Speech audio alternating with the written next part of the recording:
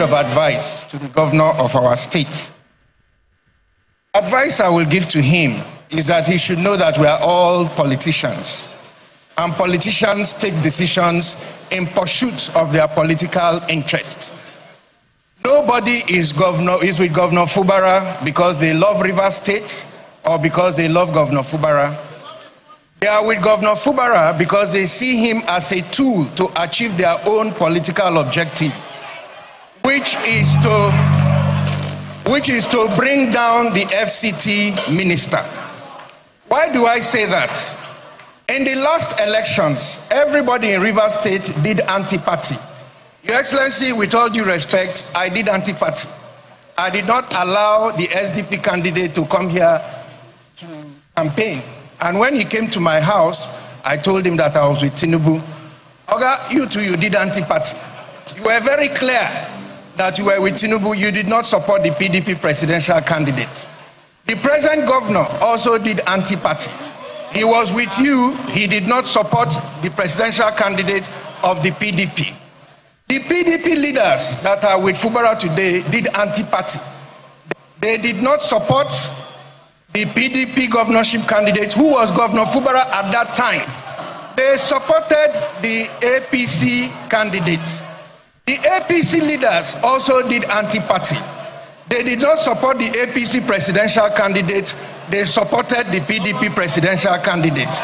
So all of us did Antiparty. And it was not because we loved Rivers State or we loved Governor Fubara or we loved anybody. It was because we're trying to advance our political interest. Today they have switched.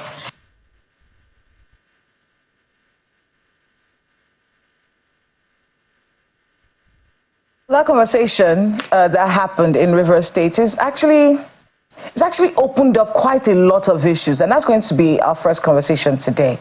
Everyone did Antiparty. What does that mean? And what does that mean when we talk about political ideologies? What do political parties stand for? It was a very frank statement that he made, one that a lot of people agreed with. We could see the affirmations on the faces of people, and most importantly, I waited. A lot of us waited to see if there'll be some kind of disciplinary measure. Or you are confessing to doing anti-party activities. That's not what we stand for as a political party. We have to bring some order to this situation, and nothing was said. We'll try to understand that and unpack this situation with our two guests this morning. We have a political analyst joining us. First of all, Mr. Jide Ojo, a development consultant and political analyst. Thank you so much for being with us on the program. It's a pleasure, Kayla. Happy New Year. Happy New Year. And Mr. Nnamdi Iwuji, public affairs analyst as well. Thank you so much for being with us on the program. Thank you for having me. Good morning and Happy New Year to you. Same to you as well. Let's start off with Jide. When you heard that statement from Mr. Magnus Abe, were you surprised or... I was upset, but what did it make you think about when you heard it? Kayla, the truth that has to be said is that in Nigeria, there are no political ideology. The ideology that exists is on paper, is in the constitution of the parties. In real practice, people follow their stomach, not their party constitutions. What Senator Magnus Abe said just validated the notion that all of us who are political scientists and political watchers knew that in Nigeria, at least I can say for certain, very much unlike in Ghana and some other places, in Nigeria, politicians primarily join politics not for service, but for personal aggrandizement. And aside from that, they look for platforms. Someone described political parties as a special purpose vehicles that politicians use to advance their interest. And that's exactly what happened. What Senator Magnus Abe said, ordinarily, in a strong democracy where party ideology and party discipline holds sway, should have warranted disciplinary measures against him. But then you saw him. He lost out in the party primaries of, I think, APC. And when he lost to, I've forgotten his name, he moved. He said to the press, he said, I'm going to be a contestant in this governorship election.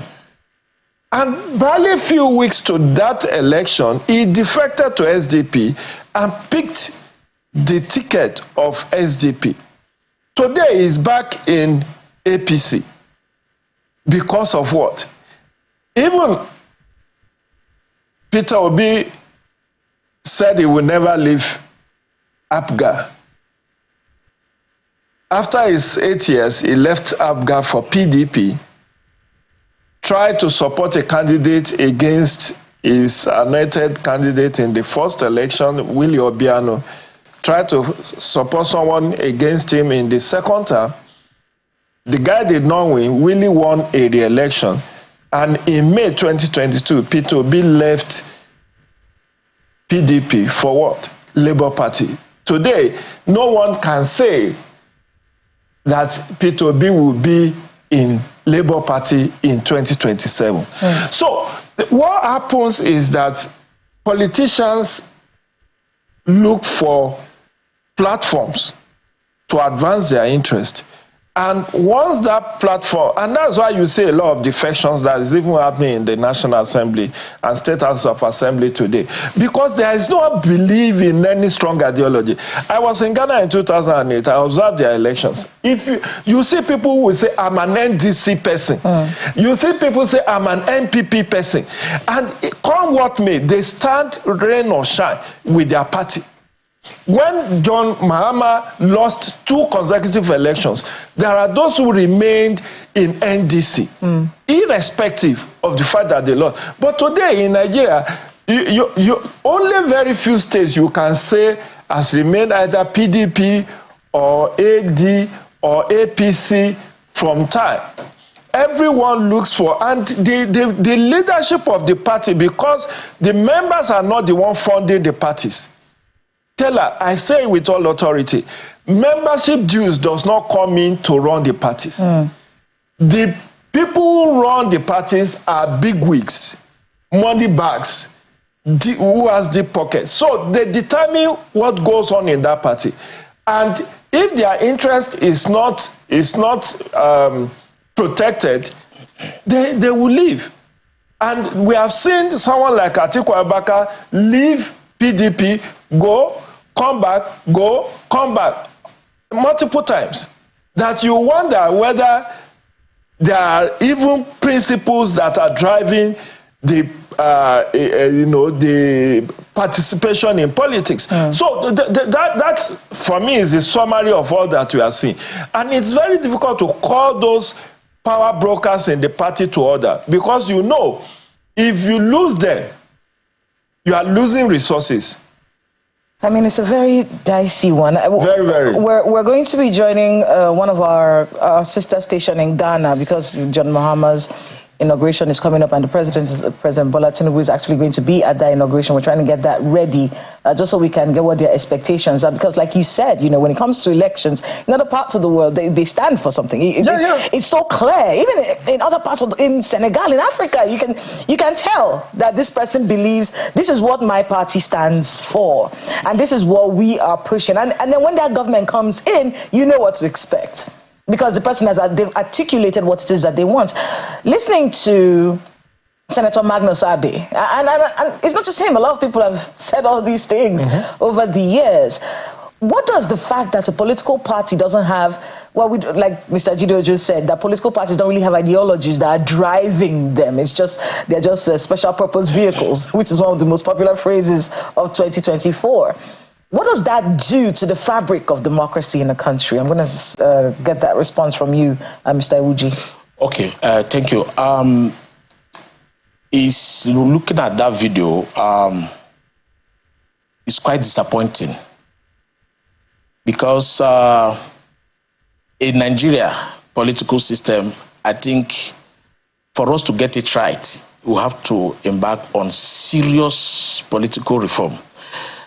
And a situation whereby what is the stand of all these political parties? We have to find a way to enshrine these activities of political parties in Nigerian constitution. For instance, if you defect from your party to another party for so reason, you are going to be disqualified. Just give us a moment. Let's see if we can touch base with Maxwell. Yes. Maxwell Agbagba. He's a senior journalist with Joy FM and Joy News Ghana. Good morning, Maxwell. Hello, good morning, Kayla. It's nice to have you on the program. Talk to us. I mean, it's supposed to be an exciting day in your country with the president resuming office. What party is he from? And let's hear from you what the expectations of the Ghanaian people are as John Mahama resumes office.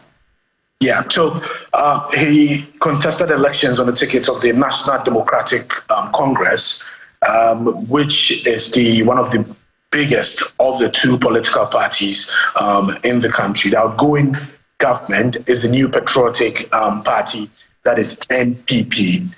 They are going to hand over to NDC, the National Democratic Congress. Now, John Mahama is set to make history as the only Ghanaian president to be sworn in 3 times. Now, in the year 2012, he was the vice president. Then President John Evans Atta Mills died whilst he was still in office. And so the mantle of leadership fell on him to become the president. So that evening of 24th of July, when the then President John Evans Atta Mills died, he was sworn in. And from the 24th of July 2012, he became the president of Ghana. Went ahead to contest the elections in December 2016. And in December 2012, he won that election. And then 4 years later, in 2016, he contested again on the ticket of the NPP, but he was voted out. So the NPP, led by President Nana Addo Dankwa Akufo-Addo, they won the elections in 2016. And then in 2020 also, they won a second term. So President Akufo-Addo had his full 8-year term. And John Mahama made a comeback in 2024, beating the outgoing government. It was an emphatic victory. It was a landslide victory. The NDC won with 57% of the votes. And many have described it as one of the biggest wins in Ghana's electoral, histories. So today, this afternoon at exactly 11 a.m., he's going to be sworn in at the Black Star Square, where ceremonial events like this one are usually held. There are a lot of expectations on him, a lot of expectations for him to deliver. One of the main drivers of this election was the economic situation in the country. A lot of people have been complaining about the economic situation in the country in the run-up to the elections. The outgoing government has been explaining that this was brought upon us as a result of COVID-19 and then the Russian-Ukraine war. But many people are not taking that explanation. The opposition especially, and the people who are feeling the pinch of the economic crunch in their pockets say it's as a result of the mismanagement of the economy. So the economy was the main driver of this election, and Ghana's currency has not been really stable against the dollar. It has been depreciating against the US dollar, and you know that will definitely affect a lot of things in the country. So the cost of fuel, the cost of foodstuff, the cost of everything, went up to the point that Ghana's inflation rate went up to about 54% at a time. So it really affected a lot of people. So many political watchers say that this really affected or played a critical role in the election of John Mahama. Many have the expectation that he would come in and rescue this country from the economic quagmire that we find ourselves, in. So there are a lot of expectations for him to do that. There are a lot of expectations for him to ensure that Ghana's currency is stable, especially against major currencies like the US dollar and all of that. Another major factor that played a role in the election is corruption. Although the outgoing president has been playing down and dismissing allegations of corruption in his government, he has been saying that all the people accused of corruption have been investigated and they were cleared. by the state anti-graft agencies. Yeah. But his opponents have disagreed and said that he nearly played the role of a clearing agent by clearing his political appointees even when he didn't have to clear them. So that's really the defense of the outgoing government. But a lot of people still think that this outgoing government was plagued and bedeviled by a lot of corruption. I mean, Maxwell, I want to be able to ask you about the political parties there. Would you say, in your view, that this was an election? I mean, you've mentioned there was the economy and other things that were the driving factors behind this election. Would you say that this election and the political parties that participated were driven by party ideology? And as a party that John Mahama belongs to, President John Mahama, in a few minutes, I guess, what does his party stand for? Well, his party really stands for, it's more socialist inclined. That's what the National Democratic Congress, stands for. And they've been making the point, throughout the campaigning, that it's time to bring back those socialist, ideologies. But some of the key promises that he made in the run-up to the election, especially, was the 24-hour economy, which he says is going to provide jobs and put Ghana back on a proper economic footing. So he describes it as 133, so one job providing employment for 3 people and 3 shifts. So that was one of the flagship economic policies that John Mahama campaigned on the back of the 24-hour economy policy. And in the run-up to the elections, they composed songs about it and all of that. And it really resonated, with the people. For a lot of young people who are unemployed, they believe that the 24-hour economy is going to provide them, with jobs. And so many of them went out massively, to vote for John Mahama. Now, another flagship program that got the NDC a lot of votes, according to political watchers, is the promise to root out, corruption, eliminate corruption completely. Like I mentioned earlier, there were accusations of corruption against this outgoing government. The NDC, led by John Mahama, campaigned on the back of recovering all loot that have been allegedly stolen by the outgoing government. So he promised, and what he called the oral operation, recover all loot. He promised that, and he said if he's elected within his first 120 days in office, he's going to ensure that all loot, is recovered. And he calls it oral. He has a social contract with the people. So in the run-up to the elections, he promised the people that in the first 120 days when he's elected, there are some critical policies that he's going to put in place in the first 120 days. One of them also has to do with the scrapping of what he describes as nuisance taxes. So we have what we call the electronic levy here in Ghana. When you send a mobile money transaction, you pay some amount as e-levy. He promised to scrap that. Now, we also have in place betting taxes initiated by the outgoing government. All bet winnings are taxed 10%. Now, this promise of scrapping that particular tax also resonated, with the people, especially the Ghanaian youth. So they went out massively to vote for him. He says in his first 120 days in office, he's going to scrap, that tax. We have the emissions tax also. We have the COVID-19 levy also. He says he's going to scrap all of that. So really, there are a lot of expectations from the Ghanaian people. I mean, the President John Mahama does have his work cut out for him, but exactly. It's going to be a very interesting day. President Bola Tinubu is there. We're going to be seeing the visuals of that. So congratulations to you and the people of Ghana for getting your new president. Who's an old president, but a new one. So 21. He's an old new president. Congratulations again. I know you have to go on air right now to get to work, but thank you very much, Maxwell, for being with us on the program. Anytime. That's Maxwell joining us there. Maxwell Agbagba, senior journalist at Joy FM and Joy News Ghana. I mean, listening to him, it does. I feel bad. It does feel like they know They know what to expect. They know where we're heading with this man. It's quite unfortunate, like I was saying before. Our politicians are only interested on self-interest and not on the interest of the nation.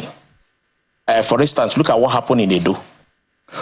When Obaseki contested against Pastor Ozagi, some politicians campaigned for the Obaseki.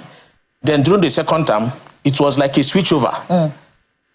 The Obaseki now went to PDP. The PDP candidate went to APC.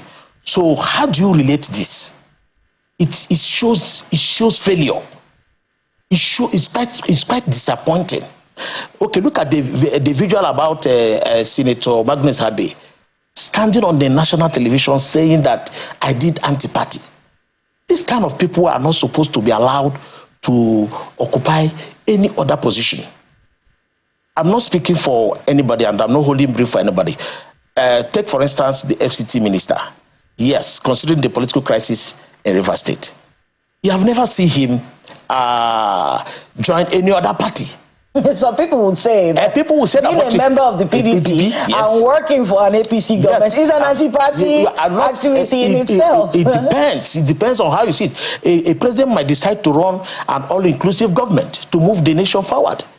But that is not to say that he's running an anti-party activity. So, but for what I'm trying to say is this: for a senator to come on a national television to stand and say that I did anti-party activities. Okay, look at even this Ghana we are talking about. I don't know if you have come about the video of one of the National Assembly members when the president went there to say, that is the type of leadership we need. He was very outspoken. To an extent, he told the president that your leadership is your government is a complete definition of failure. But today, can we see that in the National Assembly? That is a question. What our leaders, what are they looking for? Personal interest. So if we can start with political party reform, whereby we will have some constitutional amendment to bar these people, because we have left everything at the political party. You remember when we were talking about individual candidates, they kicked against it. Honestly, if that is allowed, political parties will be dead today. They're only using political parties to advance. And what are the basis of this advancement? Corruption. Is it possible that, I don't know, I'm trying to look at it from all sides here. Is it possible that the driving force behind this sort of behavior is probably two things? Number one, the way our political structure is. When everyone kept talking about Edo State and the fact that those councillors and the local government, it wasn't very surprising that they were going to be removed, because it's a flip-flop, isn't it? If the APC government is in, if you're from an opposition, you'll probably not be able to thrive very much in a place if you're the opposition to the governor. So many times you see these things coming up here and there. But I want to be able to understand what can happen, Jide. What kind of solutions is it possible to solve this? What kind of reorientation can fix this? Is it laws, like Nnamdi is saying here, that we should make it against the law and then punish people? Would the punitive measures work? What can be done? See, Kayla, the biggest challenge we have is culture of impunity. Our laws are replete with regulations, sanctions, punishments, disciplinary measures, but not so deaf as those who will not hear. Today, you see almost all the political parties having leadership crisis. But if you pick a copy of their constitution, and it's available online, you just don't have to go and buy a paperback. Just read through. You will see everything in flowery language. If you are offended, steps to take, that. But today, rather than even looking for internal resolution, they are heading to court. Everybody is heading to court. Now, courts are so congested with political party matters that they are robbing ordinary citizens who have civil and criminal matters before their Lord justices to even breathe. APGA just resolved its own leadership crisis a couple of weeks back. It went to Supreme Court. Labour Party, we don't know when that one will end. It's not so much about what is written. You see, someone says something, and I believe so much in it. Attitudinal change is what we need. You can't legislate attitude. Because no matter the kind of, who are even the ones to initiate this reform? They are the politicians. The political class are the ones that will give you this so-called political reform. And when they do, they put a caveat that will be like how they can circumvent that same law. They always put it there. Look at the electoral 2022. We all applauded it. We said, this is the best thing after the birth of Jesus Christ. Today, we are amending that same law. We will have another one or an amended version before 2027. Why are we perpetual reformers? Why don't we reform our attitudes? I've worked with political parties for over 2 decades. I have a lot of respect for them, but I think they are most blinded by ambition, inordinate ambition. It's just about my way or highway. If I don't get what I want, it's PAD, pull him down, pull her down. Just pull it down. If I won't get it, nobody else. It's crabism. It's all about crabism. If I don't get it, nobody else will get it. And they will swear. And you see them spending humongous sums of money. Cases that should really be like a family affair you resolve, they will go to court. And then they start getting injunctions from High Court to court, Federal High Court to Court of Appeal to Supreme Court. Issues that ordinarily you have, it can be resolved without even resorting to. There's what is called, do you know that INEC have what is called Electoral Alternative Dispute Resolution Unit? Oh, yeah, they do. EADR. A funded department. Yes, a funded department. A funded department. Where parties can go and have issues resolved at no cost to the parties. But they will not go there. They would rather go to court, flexing muscles. And you know, I said something. When party members don't pay dues, they are not paying levies. They are just dormant. Like a cannon fodder, anybody that has money can use them. And they use them to pursue their own personal interest. That is why you find it extremely difficult to call to order people like Magnus Abe, who comes on national television to say, I did Antiparty. But he was looking for accomplices. And I said, everybody does Antiparty. You did it. My FCT minister, you did. So that you don't single him out. But we all know that in the status of the parties, in the constitution of the party, Antiparty is an offense. And you could see that PDP has tried to wield the big stick to suspend some members. I think Dino Melaye is under suspension. Some have been expelled. I think Ayo Fayoshe's son at some point, I learned it was. But the real people, the heavyweight, you will not touch them. Should his party? They are the untouchables. Should his party? I want to toss to Ayo in a bit, but I'm going to find out from Mr. Ndam. Should his party respond to him right now? That is Magnus Abe's party? Yes. Exactly. They supposed He's in APC now. He has left SDP. Should the APC? I had even expected the FCT minister to come out to say that I did not do anti-party activity. Some kind of caution. Yes, of course, because that is very, very indicting.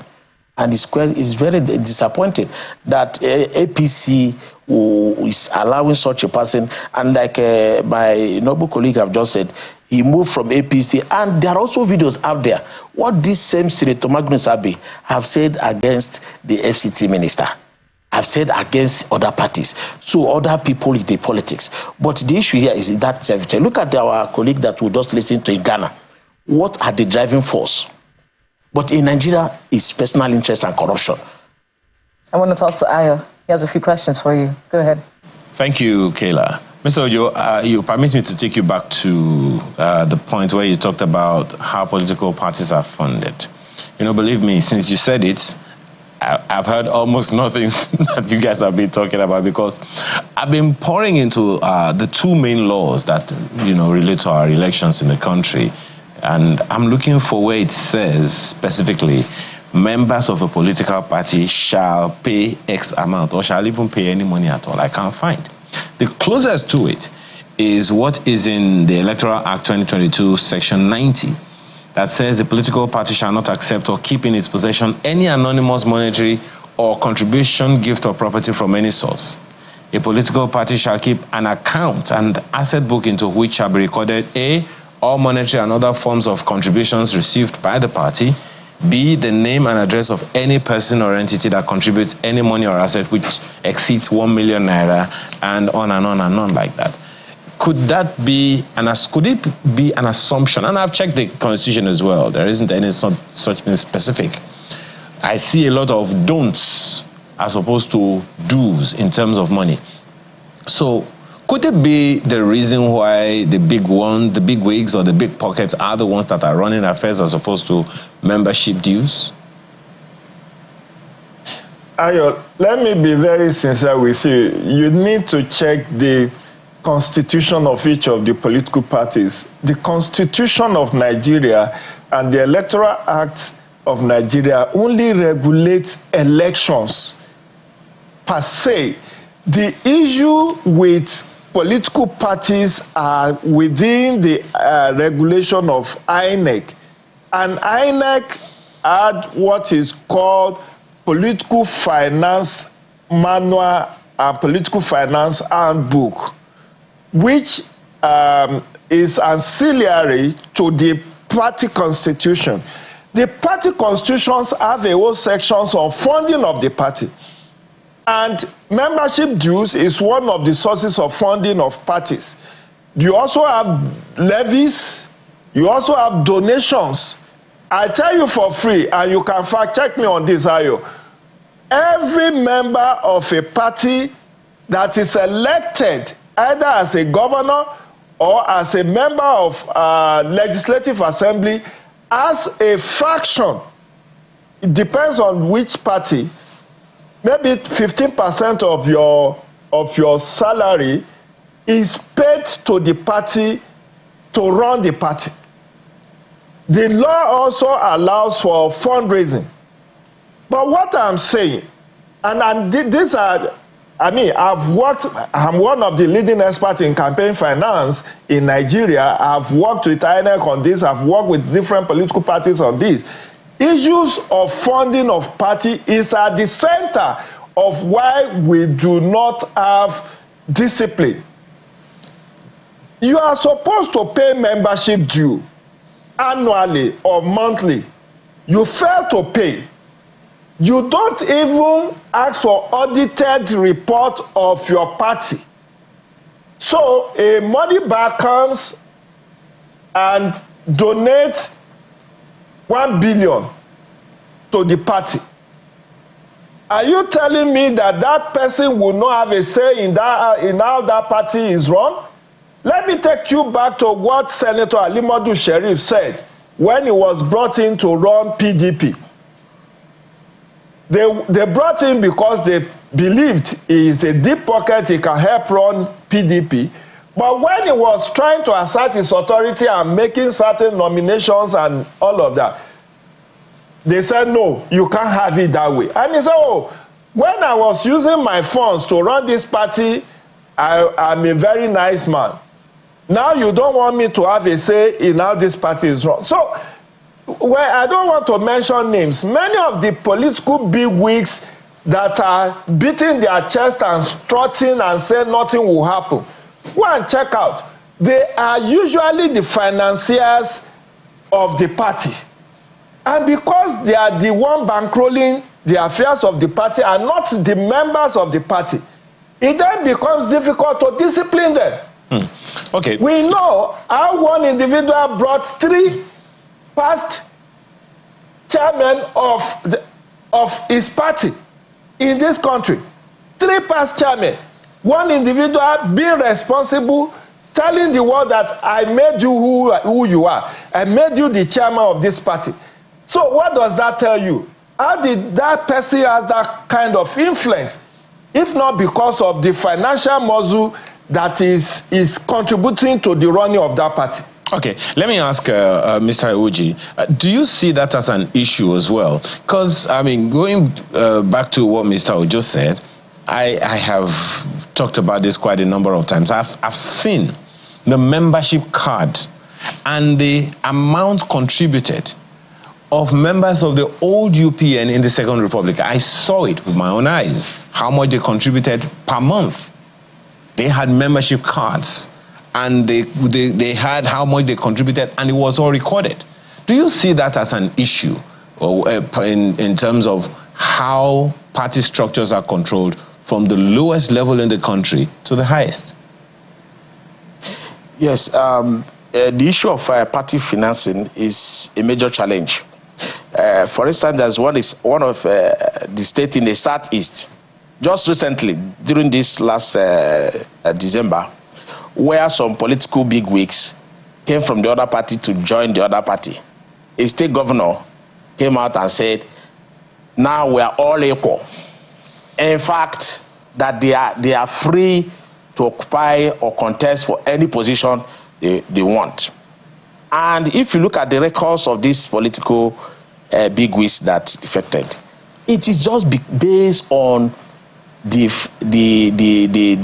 funding of the party and what. But meanwhile, there are people that have been suffering for this party. I want to tell you, sir, that the issue of some of our political, the question is, do they even have a register? Is there any register existing? It's not existing. There is nothing like what is existing. It is their personal interest, greed, whereby somebody will come to this party, the next day he jump over to the next party, and the whole structure will be given to him. Like I told you, sir, in Edo, when the governor joined the PDP, a democratically elected state executive of the party was dissolved just for the interest of the governor. Is that how to run a political party? And a hand-picked party officials recommended by the governor was inaugurated as the party executive. So in this case, what will you call it? Okay. Because the governor have come in to fund the party and all that.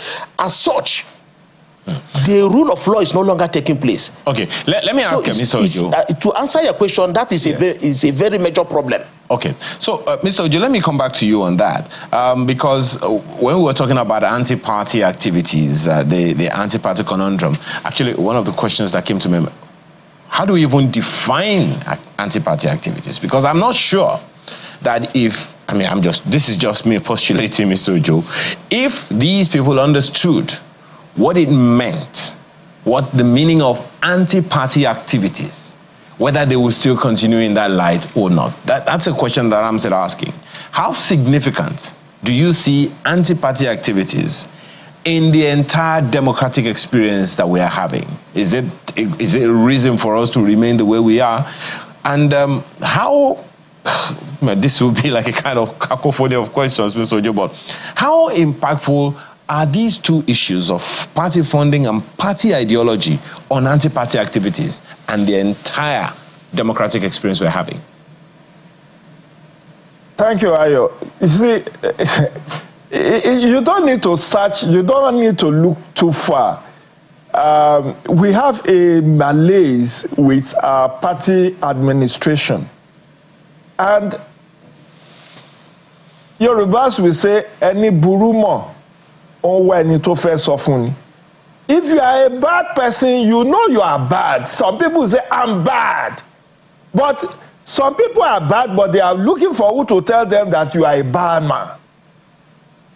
When you do anti-party, you don't need a Cambridge or Oxford University to give you the definition of anti-party. When Senator Magnus Abe said I did anti-party, he gave a rider, he gave an anecdote. He said, look, I was the governorship candidate of SDP. the presidential candidate of SDP came, I refused him opportunity to campaign in Rivers. He joined SDP on the eve of that election. As Dr. Nnamdi here said, they handed him a free ticket, or maybe he bought it. Whatever. People have been in that party, nurturing the party, contributing to the growth of the party. Then somebody came at the 11th hour because he has money. He throws money around, and then they withdrew the ticket for whoever, or those who are aspirants, they refund their money, and then you bring in this person and say, this is our consensus candidate. Now, when you know what your party stands for, your party is having a presidential candidate, and you are a stakeholder in the state, you are supposed to rally behind this, your presidential candidate. But what did we see in the lead up to 2023 presidential election? 5 governors openly said, we are not going to campaign for our presidential candidate. And they stood by that, and none of them has been sacked. None of them has been suspended. None of them has been expelled from the party where they committed this anti-party. Mr. Ojo, we knew what happened. Mr. Ojo, just for a quick one. Do you think that anyone who has openly or secretly been involved in anti-party activities, do you think they should be arrested? It's not about arrest. You don't arrest people. This is a free entry and free exit. Political parties are all comers. But you said a while ago that it's an offense for anyone to go into anti-party activities. It's an offense as contained in the party constitution. If you pick any of the, you can download any of the party constitution. It is clearly stated, if you commit an anti-party activity, you risk either being suspended or be expelled from the party. If it wasn't an offense, why should there be suspension? You had about 5 or 7 people PDP suspended last year. I think the son of your father, I think Senator Dino Melaya and few others were suspended. Why? Because they said or alleged that they did anti-party. So if it wasn't an offense, there is no need to suspend them or to expel some of them. Is that also saying, my apologies, Mr. Ojo. My sincere apologies, Mr. Ojo. Is that to say that even though it is an offense at the party level, it is not an offense at the national level, at maybe in the Constitution or in the Electoral Act? Is that what you're saying? Well, in the general, like I said, Electoral Act guides elections. The Constitution leaves the regulation of political parties to INEC. That is in the 3rd or 4th schedule of the Constitution. And what INEC is supposed to do is not to even go into the internal affairs of any parties as to who conducted anti-party or not. What INEC just does is to make sure that each of the political parties are in compliance with section 221 to 228 of the Constitution, which are the sections of the Constitution that regulates political parties. For instance, section 223 says that if you are going to form executive of your party, it must reflect the federal character principle of the country. But it doesn't go ahead to talk about what is anti-party or what is not anti-party. These are left to the political party to decide.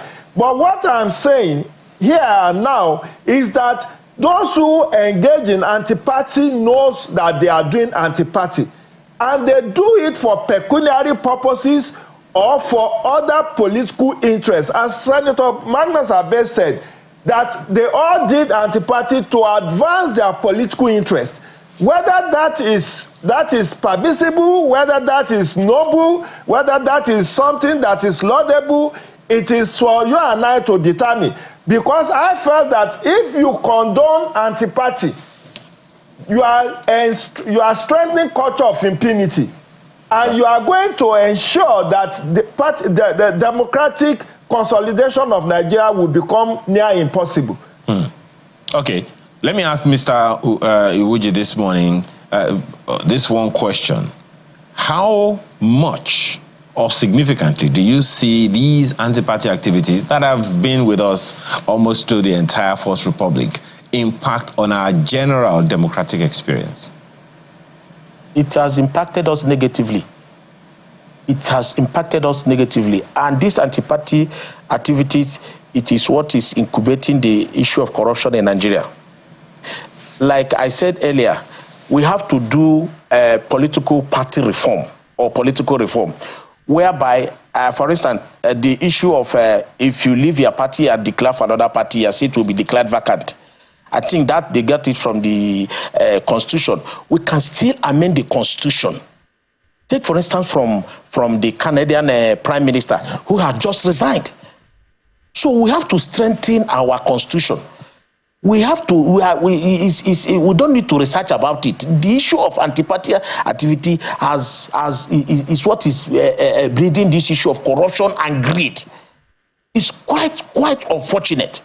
And for instance, as a leader, you're supposed to maintain integrity and dignity. If it is in the United States of America, this particular comment alone, the person involved would be tendering resignation, either as a party member or a government official. But today, we are still busy clapping for them. Tomorrow, somebody will still stand on that to come on national television to say what is very wrong. So if we can amend the Constitution, I'm not talking about the Electoral Act, because those who have failed to obey their party constitution has failed to obey the Electoral Act. Say, what are we talking about? But I think Constitution will be a check on it. And now, let me say this. Admitting that we don't have in the Constitution of a tenure system, don't you think, sir, that this same politician will even tell you that May 29 to May 29 is not 4 years? They will go to court to get injunction so that they can extend their tenure in the office. It's quite disappointing. It's very, very embarrassing. So constitutional amendment will check this. So to answer your question, sir, that it has impacted us negatively. It has breeded corruption, and it's very worrisome. I think one of the biggest fears when it comes to anti-party activities and the temerity to talk about it like it's normal. I think one of the biggest fears is that this shouldn't be normal. It's almost like it's like the theater of the bizarre, where things that should be wrong suddenly becomes a norm. And I can see that kind of happening when it comes to political parties in Nigeria. It started with Mr. Deokukwe when he said what he said last year. We should have raised a lot of eyebrows about how we run political parties in this country. And then watching it unfold up to where we are now, where someone can openly say it on national television, and no consequence, which is where Ayo's question comes in. The fact that you don't have fidelity with your political party, you see, it becomes an anti-party when you refuse to leave the party and stay within the party and working against the interest of the party. It's not like you are not free to resign and leave. Doyo Okupe left Labour Party and said, I'm no longer in your party. But it is better that way than to remain in Labour and be constituting nuisance and romancing either the ruling party or other opposition party. I mean, people would argue, Nnamdi, that you can change your mind. Yes. I'm allowed to change my mind if I don't like the way this party is being run, or I don't like the candidate that has been brought forward. I can change my mind. The question is, should there be consequences for changing your mind? There will be no consequences, but the issue of you changing your mind, what are the objective? Is it for personal interest? What are the standard procedure? That's supposed to be for instance, our president today has been in AD to APC, to APP, to APC as a leader. And he maintained and retained there as a top political leader. That is what shows leadership. I'm not holding brief for him. But whereby you jump from one party to other, it will make even your followers to lose confidence. Now, look at somebody like Senator Magnus Abe. PDP will be afraid of him to take him even coming by 2027. APC will also be afraid because you have already announced yourself as a disaster to the party. Doing anti-party activity, even stopping your presidential candidate from campaigning. We should, in as much as you have right to change, but there's supposed to be level of morality in whatever we are doing. It's going to be difficult to create that morality in politics. I don't know how that is supposed to work, but just in a few seconds, Mr. Jideojo, just so you can wrap up for us going forward. Because we've said this over. Going forward, the point is party leaders. Well, you see, let our viewers know, I'm tying all of this to lack of discipline in terms of funding structures for the political parties. The reason why people get away with this kind of blue model, making boasts that they do at a party and nothing happened, is because they brought some resources, financial, human, and otherwise. When you do that, if the party members are the one funding the party vibrantly and vigorously, they will be able to call the bluff of certain people who wants to take them for a ride. And party needs to just get that the laws are very clear. You can make money in a decent and diligent way. You can collect loan to run your party.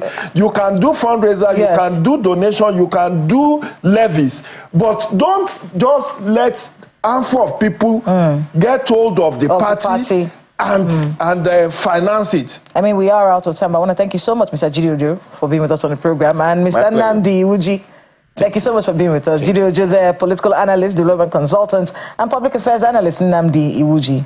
Thank you. Thank you for having me. Laddie Williams is on business. We'll be back in 30 minutes with more conversation. Please stay with us.